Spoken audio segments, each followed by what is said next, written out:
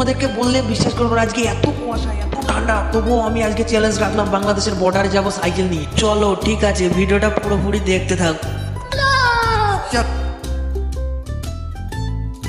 A few moments later. দেখতে পাচ্ছ বন্ধুরা, এখন আমি পলাশপাড়া ব্রিজের কাছে। আমার নিজের উপর এতটুকু ভরসা ছিল না যে বাংলাদেশ এবং ইন্ডিয়ার বর্ডারের কাছে আমি সাইকেল নিয়ে যেতে পারবো। বস, আমি কখনোই ভাবতে পারিনি যে আমার এই ছোট্ট স্বপ্নটা কখনো পূরণ হবে। তো বাস দেখার পর নিজেকে কন্ট্রোল করে রাখতে পারছিলাম না। তো ভিডিওটা পুরোপুরি দেখতে থাকো, অনেক মজা হবে।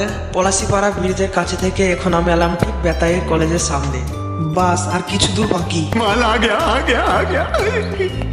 অবশেষে অনেক প্রচেষ্টার পর আমরা সে বাংলাদেশ এবং ইন্ডিয়ার বর্ডারের কাছাকাছি পৌঁছে গেছি।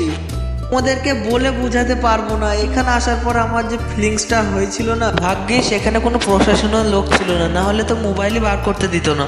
তো বন্ধুরা, এখান থেকে আমার মিনি ব্লগটা শেষ করছি। Tata, bye bye.